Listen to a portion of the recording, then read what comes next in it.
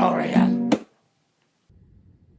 One of the coolest things in the world, at least to me, is the fact that with how many people there are in the world, there is always crazy, insane things going on. Endlessly.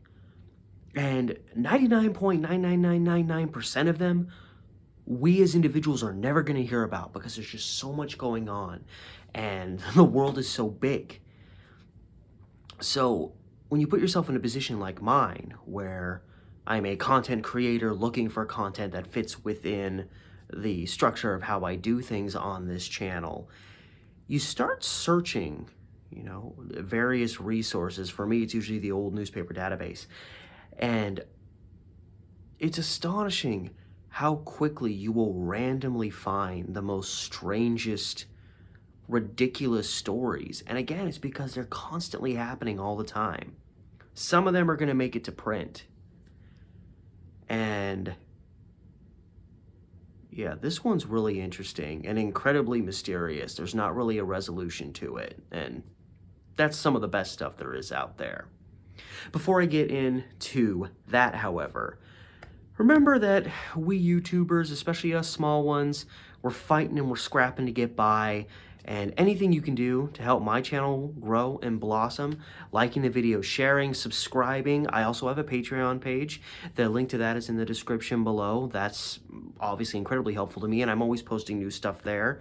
And I also have links to my Instagram and Facebook pages that are related to what I'm doing on this channel. So if you can help me out in any way, there's a few choices for you.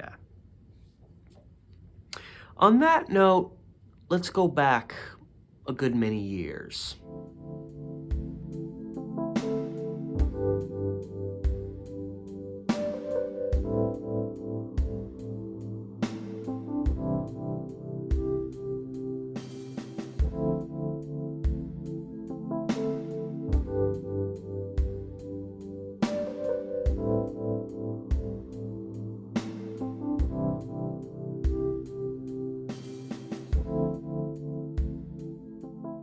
So as is often the case with a lot of old stories and old newspapers, a lot of little details get missed. I'm not talking about elements of stories so much as names.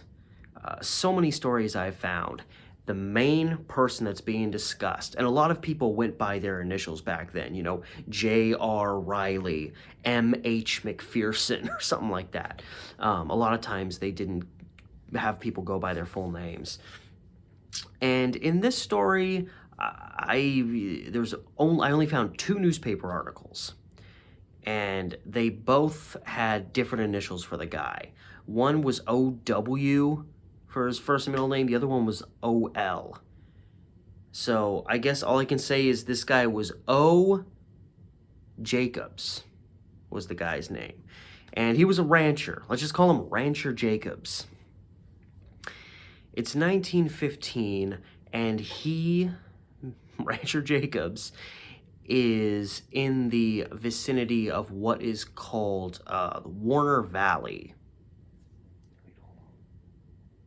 Warner Valley is on the southern edge of Oregon, kind of the middle of the southern edge, just north of Oregon's border with California. And it's about 30 miles east of Lakeview. That's kind of the closest decent-sized town. There's a small town called Able that's out there, but other than that, it's just a lot of rural land, which works swell for a rancher. So in 1915, I'm never going to get tired of that, Rancher Jacobs rents a house. It's probably, I see the hills and hills and hills, and there's just this one little house there by itself. He rents out a house that presumably has been vacant for at least a fairly decent period of time, maybe a matter of weeks, months, possibly years, but he rents it out. He arrives at the home, gets himself settled in, and almost immediately he starts noticing a really rancid odor just permeating the whole house. So, of course, Nobody wants that. The first couple of minutes that they're in a new place that they just took possession of. So Jacob starts kind of like looking around, like, what could it be? Maybe it's just a dead animal. There's lots of things that can create a random smell. And he starts looking around and he starts noticing in the floorboards of the home a collection of flies fluttering around. Maybe you can see where this is going. He opens the door to the cellar beneath the house and ventures down there, and the smell it just is 3 times as bad. Obviously, there's something going on in this cellar. And Jacobs gets down there, he starts rooting around, and then he sees something. About 8 years have passed, and only at this time does Rancher Jacobs actually finally notify someone in a, I guess you could say, legal or law enforcement capacity about what he found down in his cellar. Nearly a decade went by before Rancher Jacobs came out with this story, and he had a reason why that we will get to. But by April 1923, Jacobs heads into Lakeview and meets up with people at the county courthouse there. Law enforcement, legal personnel, maybe there's like a lawyer there. I don't really know. It's a collection of, the kind of people that would gather when you show up at a courthouse and say, hey, I've got a really dark story to tell you. So Jacobs proceeds to tell him what happened way back in 1915. He is down in the cellar, and as he starts rummaging around, trying to figure out what's causing this odor, he discovers, sticking up out of the kind of loose earth that's down there, a rotting away, putrid arm of a human being.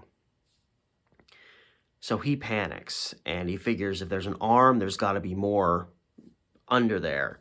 And he actually goes to a neighbor who is never named, and it's never expressed whether he was spoken to about whether he could verify the story or his involvement. But Jacobs says that he got a neighbor and had him come over so that the two men could work together to dig this earth up and see how much more of a human being was under here. And once they finished digging all that earth out of the way, they discovered that they had just the upper half of a headless torso. It was a torso and arms of a man. How he ended up there is anyone's guess, but considering the fact that half of his body was missing, I would venture a guess the guy was murdered in a very graphic way. And again, this is the 1920s. Torso killings, dismemberment killings were, they had happened, but they were still incredibly rare, or at least in terms of society's general knowledge of them. There was an incredibly rare thing. So these types of cases were big, but they were also, super infrequent at that time. They didn't really start becoming more common till like the 30s and the 40s. But here we are, we have a case that actually goes back to the mid-1910s, pretty much pre-World War I. Someone had, if they didn't murder, they had at least cut someone's body in half. And why they buried only the upper half in that cellar there and not the whole body, why they apparently took the bottom half and discarded it somewhere else or did something with it. And this, again, this is rural landscape for miles. It's still rural out there. And so it's interesting that you'd think if you killed someone that you would hop on a horse, take it 20 miles away from your home and ditch it somewhere. But that's not what happened here. Someone cut a body in half and buried half of it under this house that Rancher Jacobs had just taken possession of. So a hell of a first day for the rancher. And he decides to, I guess, do what's right. He pulls his horse and buggy. It was called a buckboard, which I had to look that up, and it's pretty much a term for the carriage that you would sit on and your horse would pull you. But as you know, I learn a new word every day. So he pulls his horse and buckboard up, and there's two different explanations for how he goes about this. One story claims that he put the torso in a big sack and hoisted that up onto the carriage. And the other newspaper story says that he put it in a box. And the two stories also differ in terms of what they say Jacobs did after that. One story says that he only made it to Abel, which again was this small town. It was the only town that was within like a couple of miles of where Jacob's house was. The other story says that he made the long trek all the way into Lakeview, 30 miles away. And as he arrived, whichever town he was in, as he arrived in that town, he departed from his horse and carriage with the, half a body just sitting inside of some enclosure. And he left for just a couple of minutes. There's no explanation for what he actually did during this time. It's just said that he left the carriage for a matter of minutes. And when he returned, the sack or box containing the torso, whichever one it was, a sack seems more likely to me. Whatever it was, that and the torso were gone. They had disappeared in that time, that couple of minutes that he was away.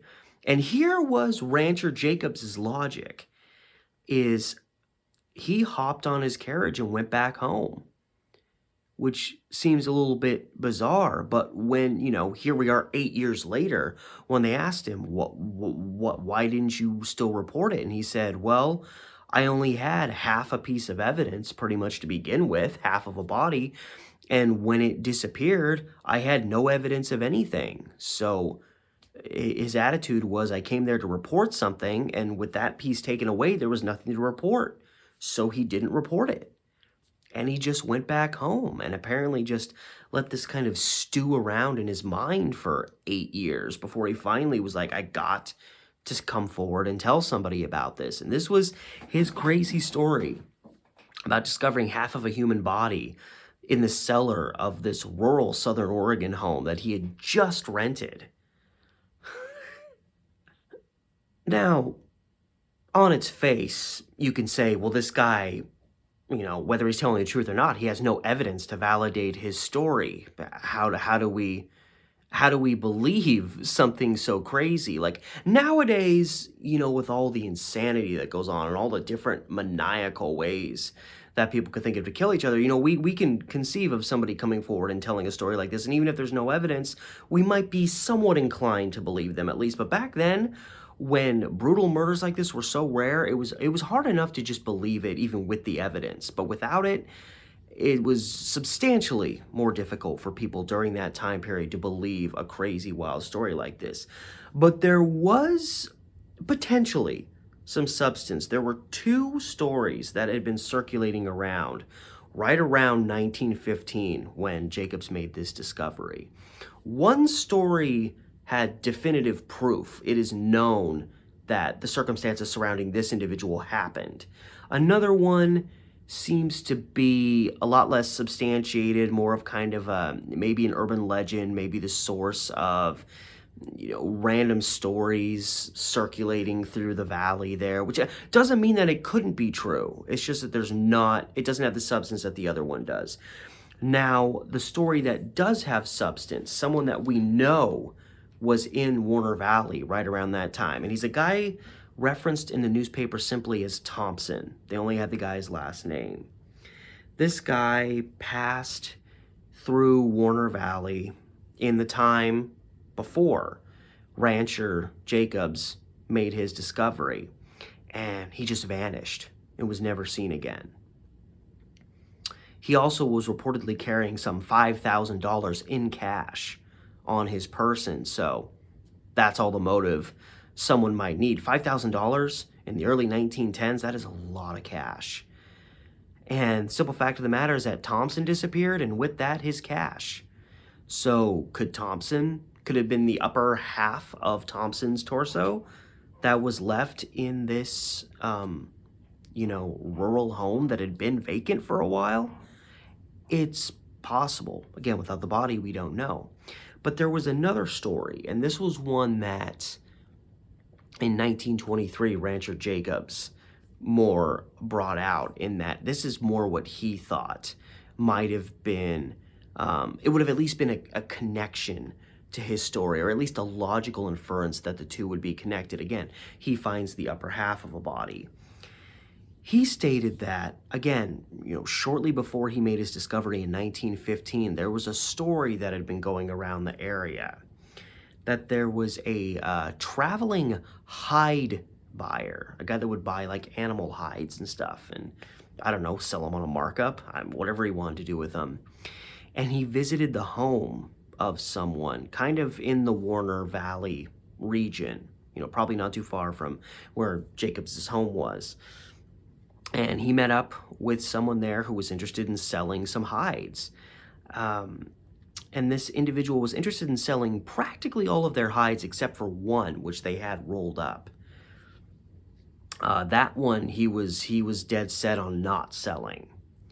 So when he left the room briefly, as the story goes, the hide buyer, who became intrigued by this, you can have all of these, but you can't have that, and we all want what we can't have.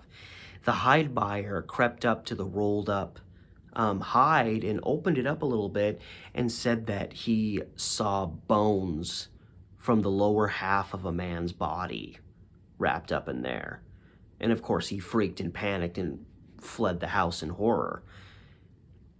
Again, we don't know definitively if this story is true, but Jacobs says that he was told this story personally.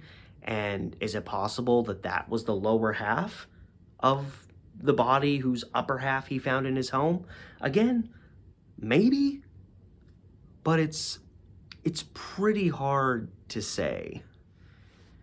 And after Jacobs reported this crazy story about his discovery, as the newspapers would report it, the local authorities, it seems like mainly the Lake County police, looked into, they apparently investigated the matter, but within 24 hours, the sheriff of the county, as well as the county coroner, both came out and said that they thought this was just some wild, crazy rumor.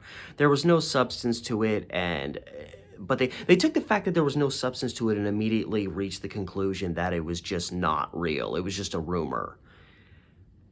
And I can understand how, based on the fact that there was no absolute proof, I can understand how inevitably someone might draw that general conclusion without it being definitive. It's just, we don't have any proof, so we can't say that any of this happened, and what would there be to investigate? We don't know where the bottom half is. We don't know what happened to the upper half. We don't even know the identity of this individual. What really would there be to investigate? So, I mean, in reality, whether authorities took Jacob seriously or not, it probably wouldn't have changed anything in terms of what happened and finding some kind of resolution to it. But I still feel like when Jacobs rolled in and told them this story, they decided pretty quickly that they didn't believe him. They probably thought if they did take it seriously, it would take, it would take up a whole bunch of investigative time. It might cost them a bunch of money, and it was easier to just say, we don't believe this guy. However, in generally dismissing this crazy rancher's tale, the authorities didn't give a definitive reason like, oh, well, we can say that this happened or this didn't happen, or, Rancher Jacobs is a drunk, or he's a kook, or he's a loon. He's just out there living in his house all by himself, and he's just a total nutcase. And in fact, I have no idea. I don't know anything about the man. He could have had delusions. He could have been a drunk. He could have been a drug addict.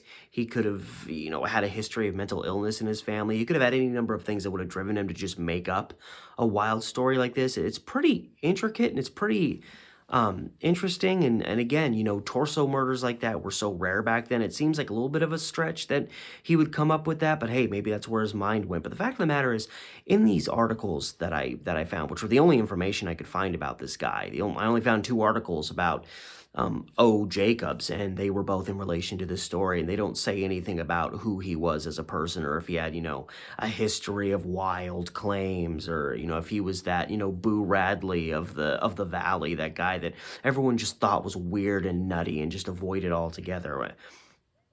I have no clue. There was no information to be found on that matter. So we don't know whether to dismiss this guy as a nut or figure, hey, this was a pretty level-headed guy who didn't, wasn't prone to making things up or doing things to try to get attention. And, the question lingers, like, well, if he's out to get attention, why would he wait 8 years to report it? But then again, that could just be part of his false tale. I mean, it's impossible to say for certainty whether this story is true or not. And that's one of the things I love about it, is that this could be an absolute fantasy, and yet it's this wild, crazy story that could absolutely have happened exactly the way Rancher Jacobs said it did. I don't know, but the moment I saw an article, the first article I found on this thing, and again, there was only 2, and read through it, it was, it was every bit as entertaining as it was shocking, considering the subject matter. And that's the kind of stuff I love. It's just these wild, kooky, crazy, odd, bizarre stories that, again, are constantly happening all around us all the time. And just most of the time, we never see or hear about them. And I get the feeling in this case, nobody probably really heard much about this story outside of that little rural space down in Southern Oregon. And that is the story. The, Rancher Jacobs, his crazy rancher story about discovering half the body of a man under his house one day way back in 1915. You can't make this stuff up. I mean, he might have.